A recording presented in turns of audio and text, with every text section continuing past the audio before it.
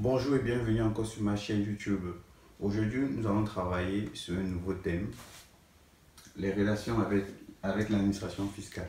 Aujourd'hui, c'est pas vraiment un nouveau thème, c'est une suite parce que je crois que j'ai déjà abordé cette notion à deux ou trois reprises.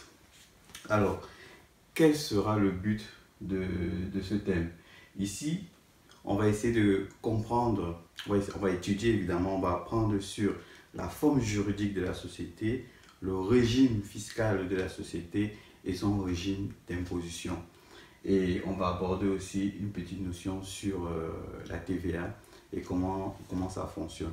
Et tout ça, vous savez, un comptable doit savoir non seulement les règles comptables, mais aussi les règles juridiques et fiscales. Ok, les règles juridiques et fiscales. Donc, nous allons aborder aujourd'hui, la forme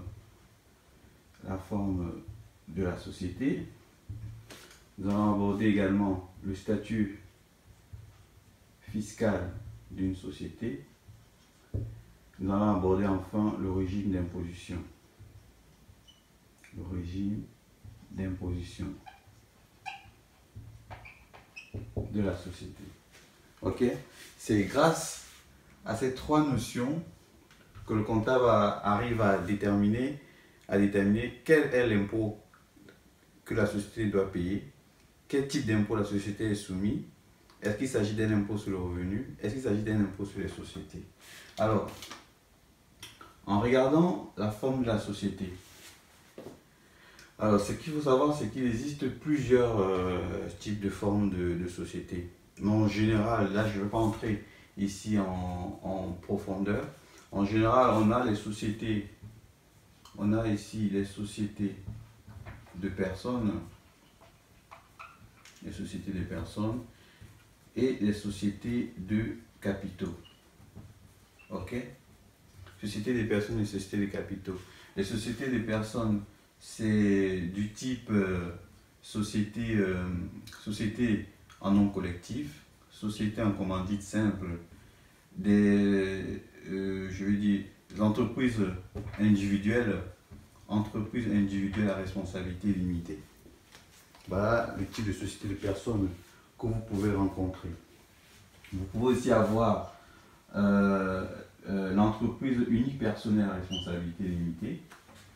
En termes de société de capitaux,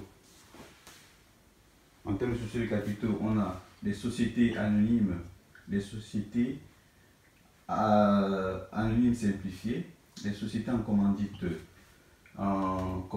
par action,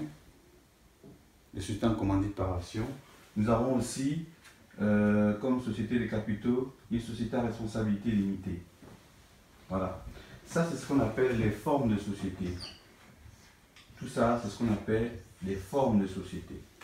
Et c'est grâce à ces formes de société que le comptable doit déterminer quelle est l'origine fiscale de la société. Par exemple, les sociétés de personnes ont quoi comme régime fiscal?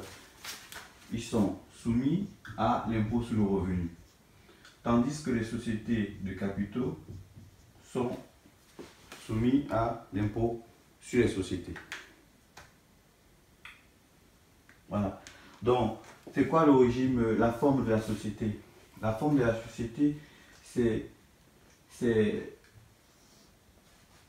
l'élément, on va dire ça, c'est l'élément qui permet de déterminer le statut fiscal de la société.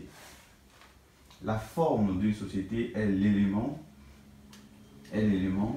qui permet de déterminer le statut fiscal d'une société. Donc, on a vu donc forme de société, statut fiscal. Le statut fiscal, c'est quoi? Soit la société est soumise à l'impôt sur le revenu, soit la société est soumise à l'impôt sur les sociétés. Et ce qu'il faut savoir, c'est qu'il existe plusieurs types de sociétés de personnes et plusieurs types de sociétés de capitaux. Okay? En général, vous avez ici dans les sociétés de personnes, une société civile. Ça, ce sont les sociétés des personnes. Ce sont les sociétés qui sont d'office soumises à l'impôt sur le revenu. les sociétés civiles, que ce soit une société civile immobilière, que ce soit une société civile professionnelle, ces sociétés sont soumises à l'impôt sur le revenu. Et il est possible pour une société soumise à l'impôt sur le revenu, c'est-à-dire pour une société de personnes, il est possible pour une telle société d'opter, de faire recours à l'imposition sur les sociétés. Il suffit tout simplement de s'adresser auprès de l'administration fiscale et demander une imposition si le statut fiscal le permet, évidemment. Si le statut fiscal le permet. Et le troisième point ici, ça serait c'est quoi? Le troisième point ici, c'est le régime d'imposition. Qu'est-ce que c'est que ça? Le régime d'imposition, c'est, comme son nom l'indique, hein, régime d'imposition. Et c'est la manière, la façon dont l'impôt est calculé. Autrement dit, c'est ça. Voilà. Alors, il faut donc savoir que l'impôt se calcule comment? L'impôt. Dans le régime fiscal, l'impôt sur le revenu, il existe, soit vous êtes soumis au régime du micro, soit vous êtes soumis au régime du réel simplifié. Ok?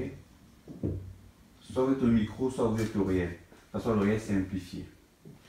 Alors, dans le micro, l'impôt se calcule comment? L'impôt se calcule en fonction du chiffre d'affaires que vous réalisez.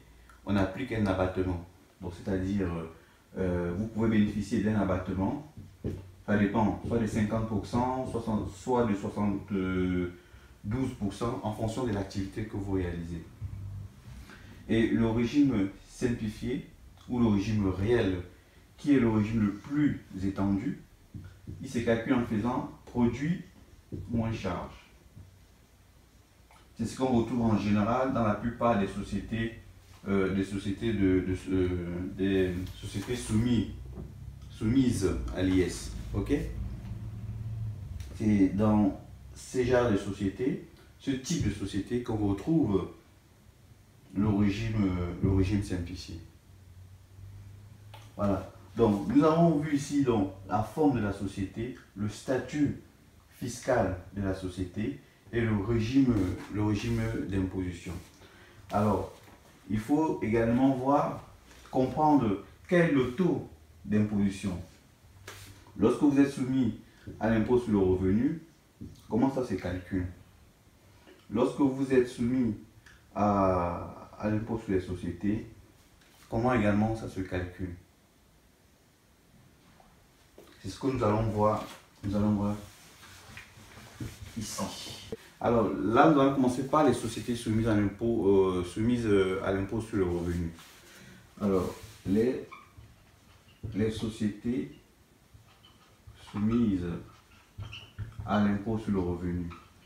Alors, il faut savoir que dans ce type de société, les sociétés qui sont soumises à l'impôt sur le revenu, alors ce que vous allez savoir, c'est qu'une fois que la société dégage un résultat, ce résultat est reparti entre les mains des différents associés. C'est-à-dire où le propriétaire, évidemment, s'il s'agit d'une société dans laquelle on ne retrouve qu'une seule personne, par exemple une société individuelle, une entreprise unipersonnelle à responsabilité limitée. Dans ce genre de société, le résultat est remis entre les mains de l'associé ou des associés, s'il s'agit d'une société en nom collectif ou d'une société en commandite simple. Voilà, parce que dans ce genre de société, il faut obligatoirement 2 personnes minimum. Donc, dès que la société de personnes réalise un résultat, ce résultat, il est remis entre les mains des associés. Donc, dans ce type de société, le résultat, c'est un résultat avant impôt. Résultat avant impôt. Autrement dit, la charge d'imposition, la charge dont l'impôt n'est pas comptabilisé dans les comptes de la société. Ok? L'impôt n'est pas comptabilisé dans les comptes de la société. L'impôt, c'est l'associé qui est redevable de l'impôt. C'est l'associé qui est redevable et non la société. Alors, comment calculer l'impôt? Évidemment, comme je vous ai dit, selon le régime que l'entreprise aurait choisi, soit le micro ou le réel. En général, comme dans le réel, le résultat, il est calculé en faisant produit moins charge. Ok? Produit moins charge. Et dès qu'on a ça, chaque associé, en fonction de sa quote-part de participation dans la société, dans le capital de la société, vient récupérer. Imaginons qu'il y avait peut-être deux associés et que chacun a participé au capital de part égale. Ce qui signifie que dans le résultat qui a été dégagé, chacun doit recevoir 50%. 50-50%.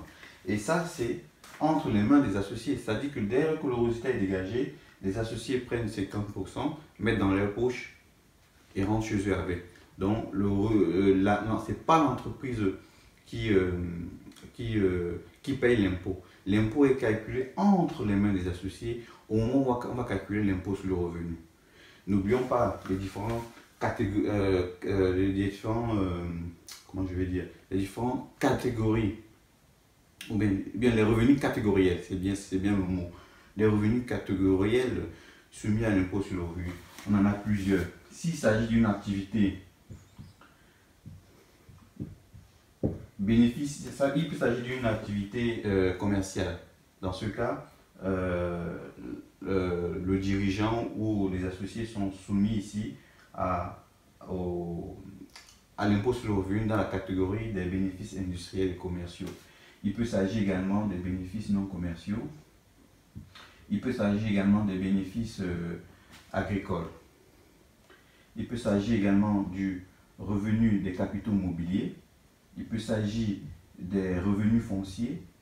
Il peut s'agir ici évidemment des plus-values immobilières ou mobilières évidemment. Voilà. Et nous avons ici 9 catégories. Et ça, nous allons revoir ça dans un chapitre ultérieurement. Nous allons revoir ça ultérieurement dans un autre chapitre. Mais tout ce que je voulais que vous sachiez, vous retenir ici, c'était tout simplement que dans une société soumise à l'impôt sur le revenu, dès que le résultat est calculé par la société, le résultat est remis entre les mains des associés. Et ce sont les associés qui paieront l'impôt sur le revenu et non la société. Donc, autrement dit, le résultat dégagé par la société est un résultat avant impôt.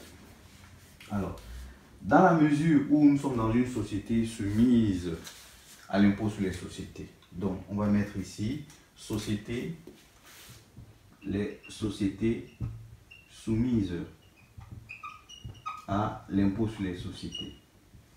Voilà. Dans la mesure où nous sommes dans une société soumise à l'impôt sur les sociétés, ici, c'est la société en elle-même qui est redevable de l'impôt. Et les sociétés soumises à l'impôt sur les sociétés, on a cité plusieurs. On a cité les sociétés anonymes, les sociétés à responsabilité limitée. Et il y en a plein d'autres. Plein d'autres sociétés soumises à l'impôt sur les sociétés. Donc, dès lors que nous sommes dans ce cas de figure, l'impôt à payer ici est à la charge de la société. Donc, on va mettre ici impôt à la charge de la société. Impôt à la charge de la société. Voilà. Autrement dit, lorsque l'entreprise calcule son résultat, le résultat si c'est produit moins charge, le résultat reste dans la société et imposable par la société. Donc c'est la société qui paye l'impôt sur les sociétés et non les associés, comme c'était dans le cas d'une société soumise à l'impôt sur le revenu.